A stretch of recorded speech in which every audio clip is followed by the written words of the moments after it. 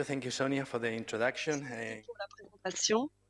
Bonjour à tous. I'm Alberto Gonzalez, Comme vous l'avez entendu, je suis Alberto Gonzalez. European Environment Agency. Je suis à l'Agence de l'environnement européenne. Je voudrais remercier les organisateurs pour cette occasion de pouvoir présenter notre travail sur la pollution de l'air et nous allons nous concentrer sur les villes aujourd'hui. Je vais commencer en vous montrant les secteurs d'émissions principaux. Vous allez pouvoir le voir pour chaque agent polluant qui contribue, les secteurs qui contribuent à cela.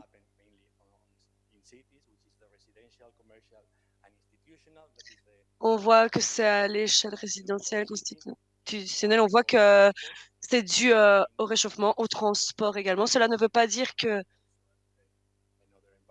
cela ne se produit pas dans d'autres secteurs.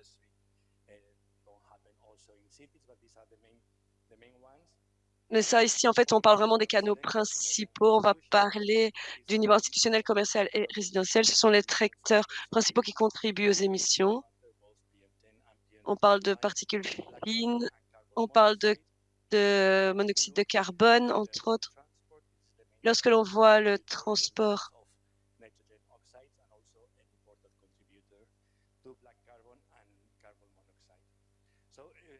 This in mind, and also the concentrations, I will focus mainly on PM and particulate matter and nitrogen dioxide in the rest of my presentation.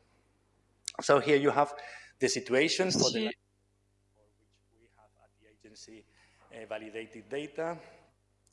on peut valider les données sur la carte. Vous pouvez voir des zones de surveillance. Et les points qui sont en rouge montrent les endroits où les concentrations sont mises. Ceux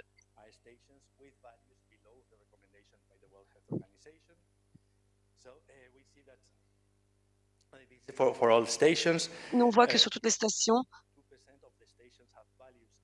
il y a des valeurs qui dépassent ce qui est normalement recommandé. Vous pouvez identifier sur la carte les villes principales, les villes les plus polluées.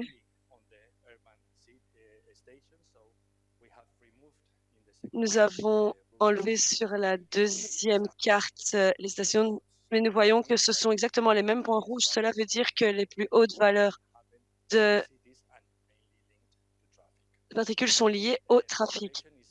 La situation ici avec le 2,5 montre que le PM 2,5, nous voyons les parties en bleu clair qui sont en accord avec les normes de l'organisation. Vous voyez que ces zones sont très éparses. De nouveau, si on se concentre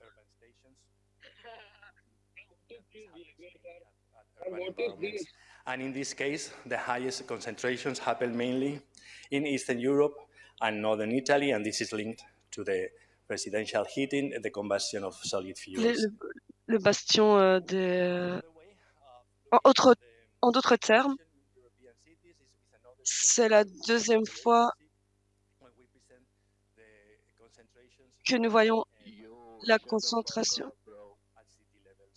You see here in the map as colored dots are not stations but cities. So we present information for about 400 cities, and we present an average of the Nous concentrations. voyons en moyenne ce qui se passe depuis deux ans. Nous voyons également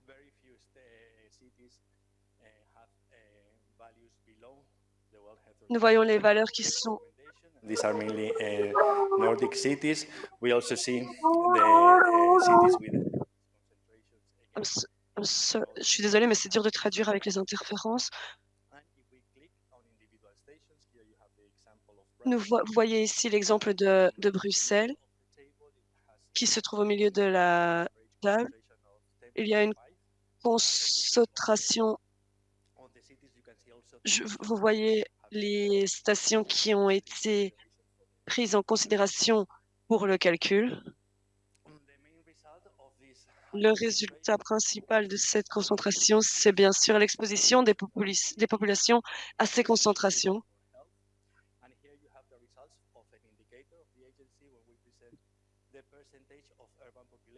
Vous voyez la population urbaine. Vous voyez également la concentration qui évolue, les normes qui sont définies par l'Union européenne qui évoluent à la gauche. Vous voyez également les recommandations de l'OMS.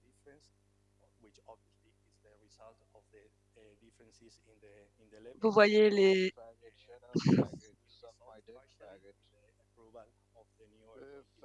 Shut the fuck up, Heard that faggot. Suck tomorrow my there will dick. be this voting in the European Parliament.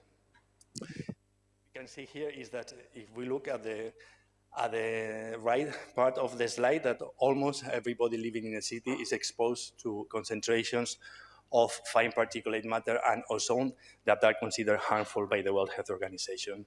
But even if we look at the... Même si vous regardez les normes européennes, vous voyez que même si ces valeurs datent de 2005, beaucoup de personnes, 10% pour les particules fines. So the most important consequence of this is the impacts on health. The most serious is the mortality, and we On also voit également la mortalité, le taux de mortalité. Et vous voyez que ce n'est pas seulement dans les villes, on parle des populations à l'état général.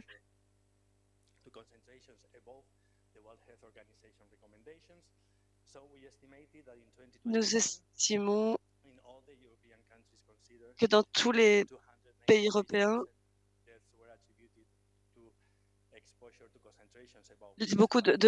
un certain taux de morts ont été attribués à ces pollutions de l'air qui sont au-delà des recommandations de l'OMS.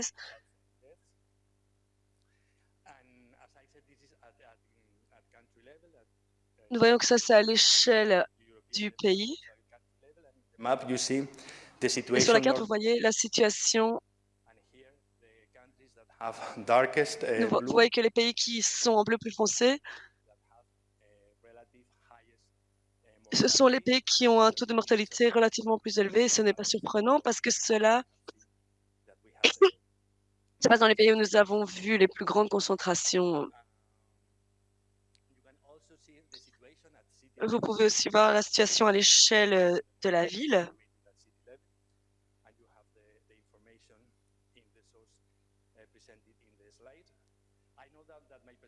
Je sais que ma présentation est un peu chargée, mais je voulais vraiment vous montrer en fait toutes les informations que j'ai par rapport à l'Agence européenne pour l'environnement. Vous pouvez aller sur les liens également et avoir des détails supplémentaires par rapport à toutes ces informations. Alors, l'année dernière, nous avons présenté pour la première fois la...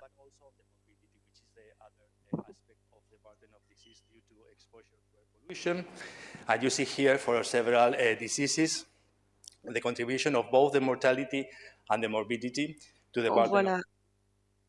And we thought this was important because including morbidity On voit que la morbidité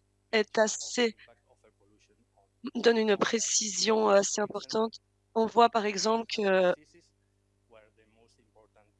la partie la plus importante de ceci est la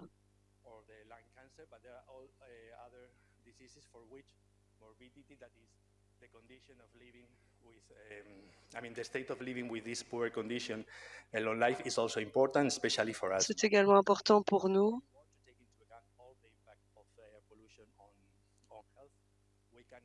Nous ne pouvons pas seulement regarder la mortalité, mais également la morbidité.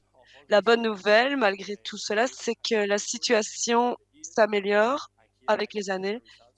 Ici, je vais vous montrer les résultats d'une étude qui a été menée l'année dernière. Whole study at the link in the slide. Here I present the situation for all stations measuring nitrogen dioxide from 2005 to 2021. And you see the stations grouped by typology.